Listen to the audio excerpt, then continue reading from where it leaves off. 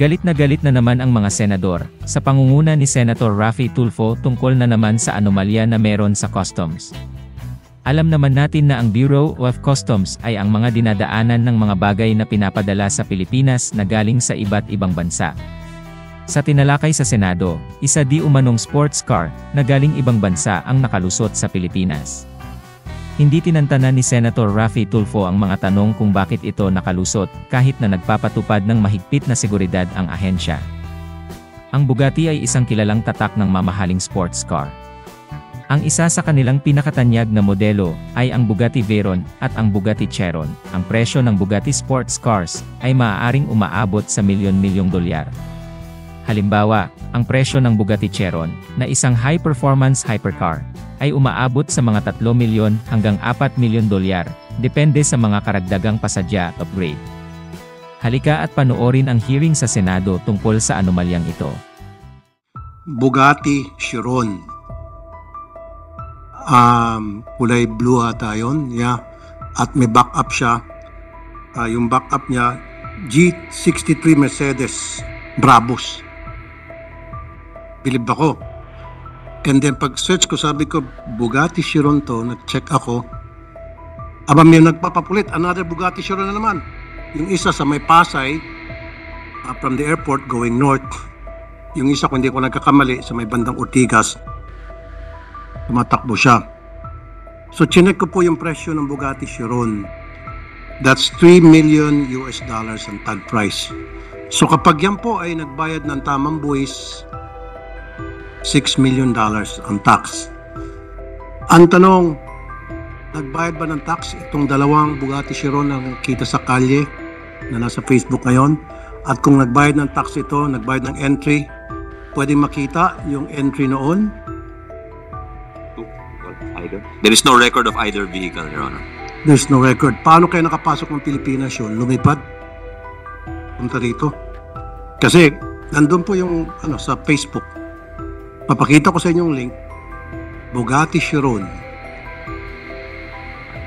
Ang backup pa nitong isa, G63 Mercedes Brabus. So, pwede ba makita also yung entry, yung binayaran po nitong dalawa? Kasi magkasabay, parang wala pang plaka. So, kung yan ay wala kayong record ng entry niyan, then dapat magkaroon kayo ng full-blown investigation paano ito nakalusot. There is no record in the BOC during the time of the present commissioner and the present team, but it may have been registered previous. Maybe they can take a look at the record. Brand new po ito, Your Honor, Madam President. Kasi po, wala pang plaka. Mag-coordinate sila sa LTO, Your Honor, anong model ng kotse at kailan pinasok. They can no, pero ang ibig sabihin, Your Honor, Madam President, I need an entry from the Bureau of Customs na ang dalawang Bugatti Chiron, whether this year, last year, the previous years, o kahit pa nung panahon, pa nung mga dinosaur, kung meron ba tayong record na dalawang Bugatti Chiron dumaan sa pier ng Bureau of Customs at nagbayad ng buwis. Kasi this is a super luxury vehicles. Mas mahal pa ito kaysa sa Ferrari at Lamborghini combined. $3 million ang isa nito. Tinignan nila yung 2019 onwards, 2019, 2020, 2021, 2022, 2023. Wala pa ho, walang record. Wala talaga. So therefore, ibig sabihin, ito po ay nakalusot. It's either misdeclaration or swing. Alin kaya doon? So there is a failure of intelligence dito. Declaration or what? A clear failure of intelligence. Magkano ho bang intel funds ng Bureau of Customs? Swing. Swing. Swing? Ano yung sabihin ng swing? What do you mean by swing, Your Honor? Swing, ibig sabihin, parang multo ito. Parang nangyari sa Bugatti, Chiron. Pumasok, yung misdeclaration at least dumaan pa sa Bureau of Customs. Swing yung walang record. Walang record po, ibig sabihin. Walang record ito. Pure smuggling ang tawag nito. Yung misdeclaration, pumasok ito, nagbayad ng buwis, kaya lang, konti lang yung buwis na binayad because na misdeclare nga. And then pagdating sa labas, nahabol, nakita sa mga papeles, through intelligence siguro, na yung lumabas na ganitong kargamento with this kind of documents ng ganitong araw, misdeclared items yun, habulin natin sa warehouse. Yun yung misdeclaration. Pero may court schedule. Wala ho talaga. So baka ito na yung sinasabi niyong swing ho. So therefore, magkaroon dapat tayo ng full-blown investigation tungkol dito.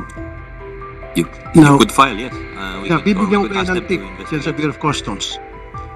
Sa Port of Batangas, super talamak ang smuggling dyan ngayon. I'll give you a tip. Ang dinideklara nila sa kanilang ipinapasok na luxury vehicle ay Toyota Tacoma. Kaya pag titingnan nyo sa entry nyo, ang daming Toyota Tacoma. Kasi nga, pag Toyota Tacoma, truck ito, libre sa excise tax, hindi mainit. Pick up po. Pickup truck. Pero ang laman pala, ito na yung Bugatti. I don't think sa 2019 ito pumasok. Pumasok ito this year. Dumaan ito sa Batangas at idiniklarang Toyota Tacoma, care of Rhea Gregorio. Care of? Ibig sabihin, siya kasi ang district collector doon. So you have to investigate Rhea Gregorio. Kasi lahat po ng mga luxury vehicles ngayon, ang pasok ay Batangas. Kapag makikialam yung CIS, makikialam yung IG, yung Chapuera, wala makikialam, lahat kayo diretso kay Rhea Gregorio. Tingnan nyo po sa inyong mga entries. Ang daming pumapasok na declared as Toyota Tacoma or pick-up truck. Kasi nga po, sa pick-up truck, hindi ito mainit sa mata at libre po sa excise tax. Noong 17 Congress, pinatanggal ata yung excise tax para sa mga truck kasi nga raw po utility vehicle to ginagamit daw sa panghanap buhay, which hindi naman ako mag-oppose.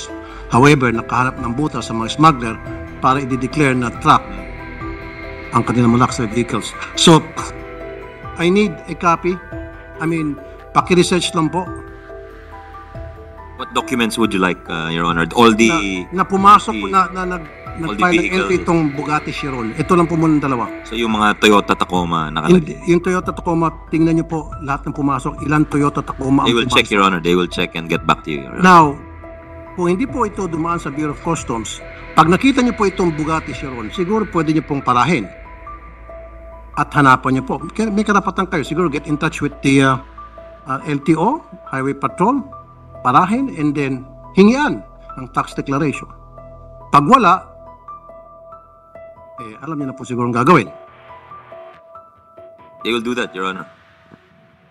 Diba? Siguro naman, pag may nakita kayo ng mga super luxury vehicles dyan, ng mga brand new, I don't know, come up with an MOA with some traffic agents, traffic enforcement agencies, hanapan ng tax declaration. Make sure na para maging legit yung pag-pull over kasi meron kayong hinahanap. That's a good idea, Your Honor. It's a very good idea to... They don't have one at the moment, but maybe you're right, they should have one with LTO. Good. Noong 2019, nasunog po yung Port of Manila building at based po doon sa investigation ng Bureau of Fire, arson daw po yun. Ano na po ang naging follow-up ng Bureau of Customs doon po sa dineklara ng Bureau of Fire na arson, yung pagkasunog ng building na yon. That building is very important.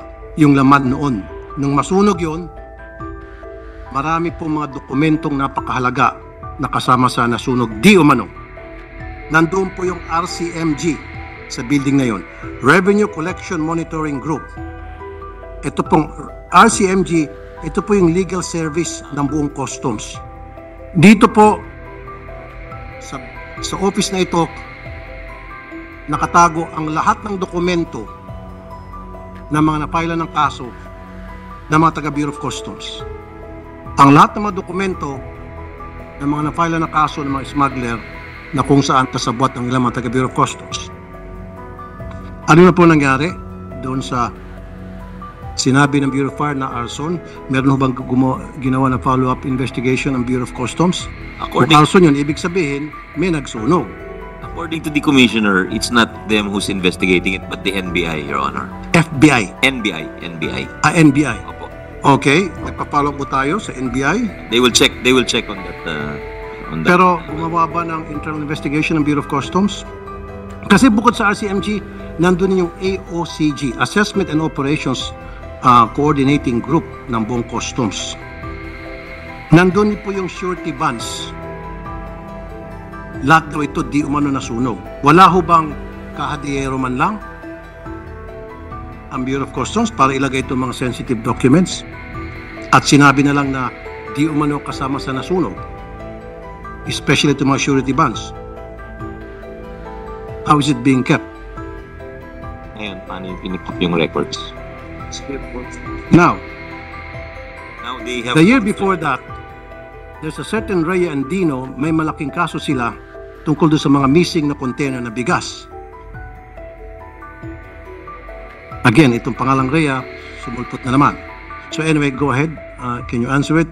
May sinasabi ho silang, may faults sila ngayon. So kahit masunog, I think that's fireproof. So at that time ng 2019, ibig sabihin, mano-mano, hard copy, hindi ho nakalagay sa iCloud. Hindi po. Bakit? At bakit? 1 million na bakit na tanong.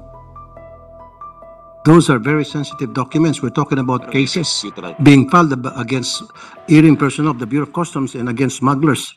At nakalagay lang sa hard copy at nakalagay dyan sa tabi ng mga mesa, sa sahig. Kaya nung masunog, di umano ang building, nasunog yung building, totoong nasunog, at di umano kasama sa nasunog. Opo. Ngayon computerized na ho sila, pero at the time they were not, Your Honor. So ngayon computerized na. So kapag, God forbids, may nasunog na building ng Bureau of Customs, hindi na pwedeng sabihin, pasensya na, kasama dun sa mga nasunog, May sensitive documents. backups na ho sila. May backup Kung na tayo. mangyari ko yan ngayon. Okay. So yung mga surety bonds, worth hundreds of millions, sorry na lang yun, at kasama sa nasunog. Wala na yan. Yung mga shorty bonds. Wala bang mga kahadiyero dyan sa Bureau of Customs? Ano po? Kahadiyero, yung safe na kahanap doon nila. Meron po ngayon. Meron na po ngayon. Dati yata. Dati 2019, wala pa. 2019, bago pa lang 2019, 3 years ago. So 3 years ago, prehistoric pa yung mga kagamitan sa Bureau of Customs. So after 3 years, saka sila naging modernized. Okay. Paki-imbestiga lang po sa Port of Batangas. Diyan po ngayon pumapasok yung mga gulay. Diyan po pumapasok smuggle na gulay, kotse, etc.